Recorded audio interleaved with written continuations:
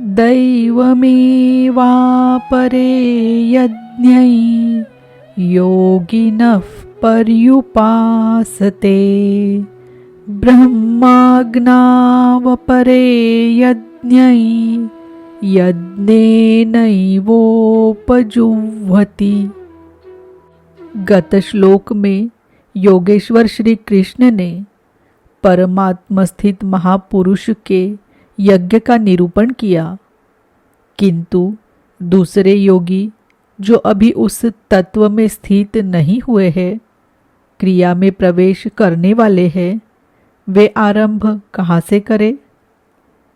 इस पर कहते हैं कि दूसरे योगी लोग दैवम यज्ञम अर्थात दैवी संपद को अपने हृदय में बलवती बनाते हैं, जिसके लिए ब्रह्मा का निर्देश था कि इस यज्ञ द्वारा तुम लोग देवताओं की उन्नति करो। जो जो हृदय देश में दैवी संपद अर्जित होगी, वही तुम्हारी प्रगति होगी और क्रमशः परस्पर उन्नति करके परम श्रेय को प्राप्त करो। दैवी संपद को हृदय देश में बलवती बनाना प्रवेशिका श्रेणी के योगियों का यज्ञ है। वह दैवी संपद अध्याय 16 के आरंभिक 3 श्लोकों में वर्णित है, जो है तो सब में केवल महत्वपूर्ण कर्तव्य समझकर उसकी जागृति करे, उसमें लगे। इन्हीं को इंगित करते हुए योगेश्वर ने कहा, अर्जुन तू शोक मत कर, क्योंकि तू दैवी संपद को प्राप्त हुआ है।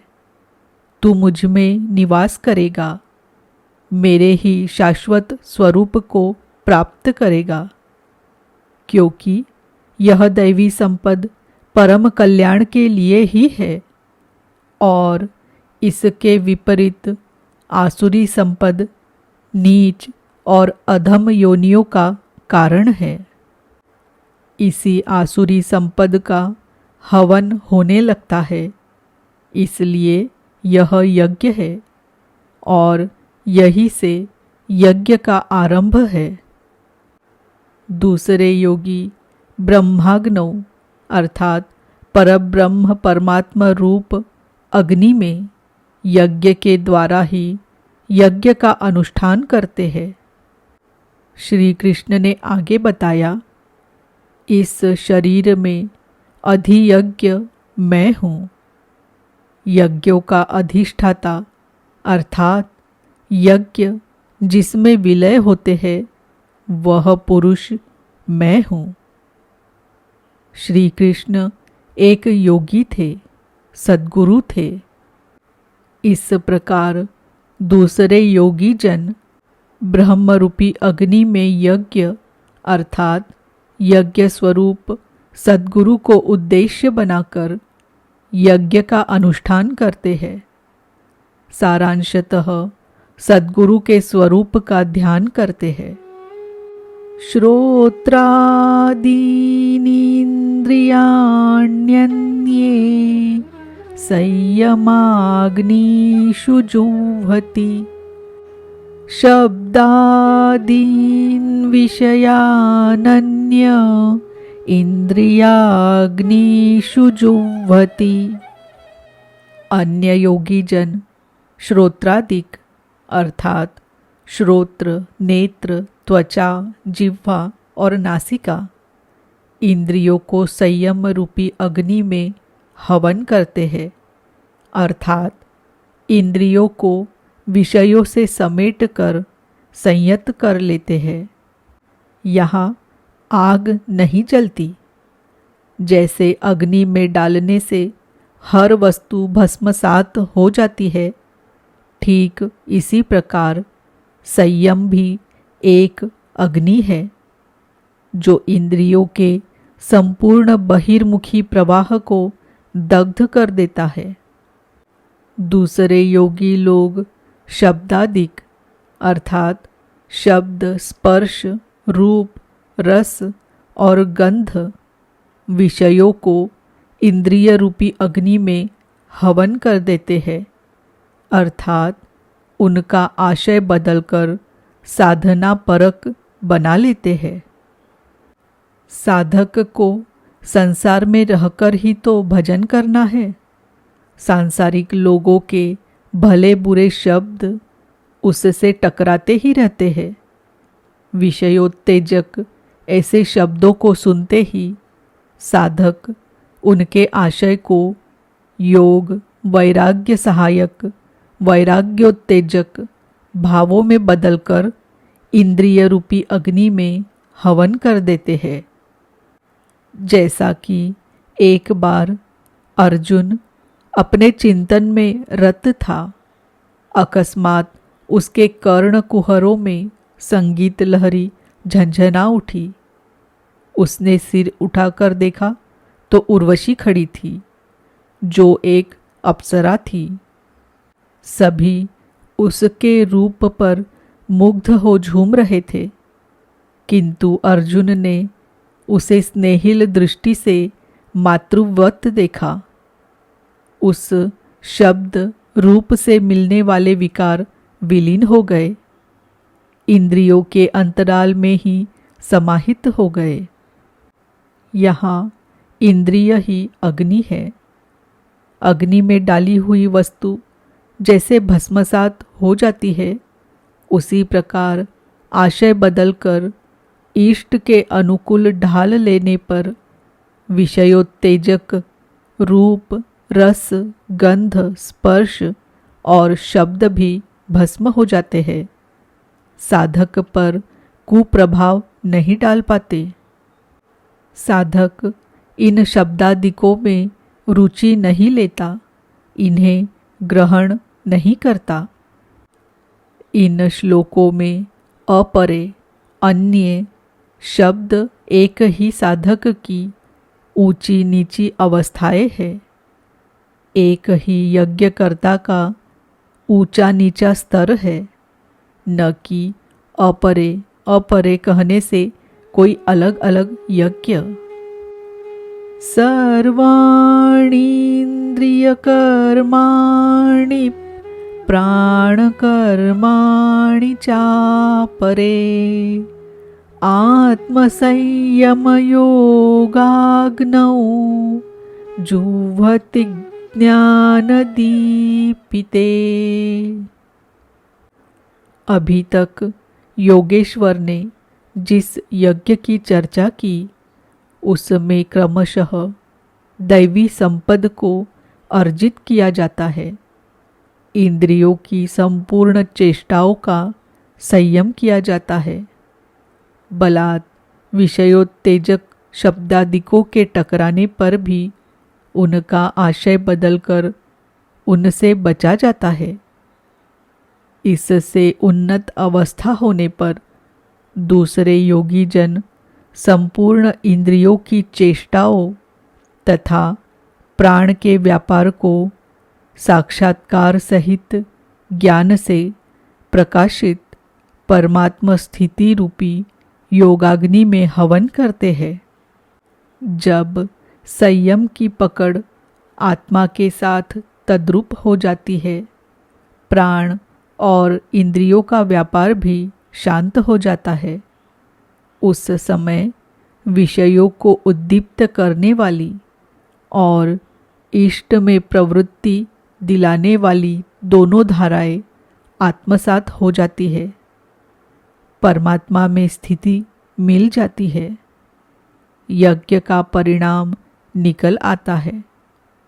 यह है यज्ञ की पराकाष्ठा। जिस परमात्मा को पाना था उसी में स्थिति आ गई तो शेष क्या रहा। पुनः योगेश्वर श्री कृष्ण यज्ञ को भली प्रकार समझाते हैं। द्रव्ययज्ञास्तपो यज्ञा योगयज्ञास्तथा परे स्वाध्यायज्ञानयज्ञाश्च यतयः संशितव्या व्रताः। अनेक लोग द्रव्य यज्ञ करते हैं, अर्थात आत्मपथ में महापुरुषों की सेवा में पत्र पुष्प अर्पित करते हैं। वे समर्पण के साथ महापुरुषों की सेवा में द्रव्य लगाते हैं। श्री कृष्ण आगे कहते हैं, भक्ति भाव से पत्र पुष्प फल जल जो कुछ भी मुझे देता है उसे मैं खाता हूँ और उसका परम कल्याण सृजन करने वाला होता हूँ। यह भी यज्ञ है। हर आत्मा की सेवा करना, भूले हुए को आत्मपथ पर लाना द्रव्य यज्ञ है, क्योंकि प्राकृतिक संस्कारों को जलाने में समर्थ है। इसी प्रकार कई पुरुष तपोयज्ञाः अर्थात स्वधर्म पालन में इंद्रियों को तपाते हैं, अर्थात स्वभाव से उत्पन्न क्षमता के अनुसार यज्ञ की निम्न और उन्नत अवस्थाओं के बीच तपते हैं। इसी पथ की अल्पज्ञता में पहली श्रेणी का साधक शूद्र परिचर्या द्वारा, वैश्य दैवी संपद के संग्रह द्वारा, क्षत्रिय काम क्रोधादि के उन्मूलन द्वारा और ब्राह्मण ब्रह्म में प्रवेश की योग्यता के स्तर से इंद्रियों को तपाता है। सबको एक जैसा परिश्रम करना पड़ता है। वास्तव में यज्ञ एक ही है। अवस्था के अनुसार ऊंची नीची श्रेणियां गुजरती जाती है। पूज्य महाराज जी कहते थे, मन सहित इंद्रियों और शरीर को लक्ष्य के अनुरूप तपाना ही तप कहलाता है। ये लक्ष्य से दूर भागेंगे, इन्हें समेटकर उधर ही लगाओ। अनेक पुरुष योग यज्ञ का आचरण करते हैं। प्रकृति में भटकती हुई आत्मा का प्रकृति से परे परमात्मा से मिलन का नाम योग है। योग की परिभाषा अध्याय 6/23 में द्रष्टव्य है। सामान्यतः दो वस्तुओं का मिलन योग कहलाता है। कागज से कलम मिल गया, थाली और मेज मिल गए तो क्या योग हो गया? नहीं, ये तो पंचभूतों से निर्मित पदार्थ है। एक ही है, दो कहा? दो प्रकृति और पुरुष है। प्रकृति में स्थित आत्मा अपने ही शाश्वत रूप परमात्मा में प्रवेश पा जाता है तो प्रकृति पुरुष में विलीन हो जाती है। यही योग है। अतः अनेक पुरुष इस मिलन में सहायक शम, दम इत्यादि नियमों का भली प्रकार आचरण करते हैं। योग यज्ञ करने वाले तथा अहिंसादि तीक्ष्ण व्रतों से युक्त यज्ञशील पुरुष स्वाध्याय ज्ञान यज्ञाश्च अर्थात स्वयं का अध्ययन, स्वरूप का अध्ययन करने वाले ज्ञान यज्ञ के कर्ता है। यहाँ योग के अंगों यम, नियम, आसन, प्राणायाम, प्रत्याहार, धारणा, ध्यान और समाधि को अहिंसादि तीक्ष्ण व्रतों से निर्दिष्ट किया गया है। अनेक लोग स्वाध्याय करते हैं। पुस्तक पढ़ना तो स्वाध्याय का आरंभिक स्तर मात्र है। विशुद्ध स्वाध्याय है स्वयं का अध्ययन, जिससे स्वरूप की उपलब्धि होती है, जिसका परिणाम है ज्ञान अर्थात साक्षात्कार। यज्ञ का अगला चरण बताते हैं।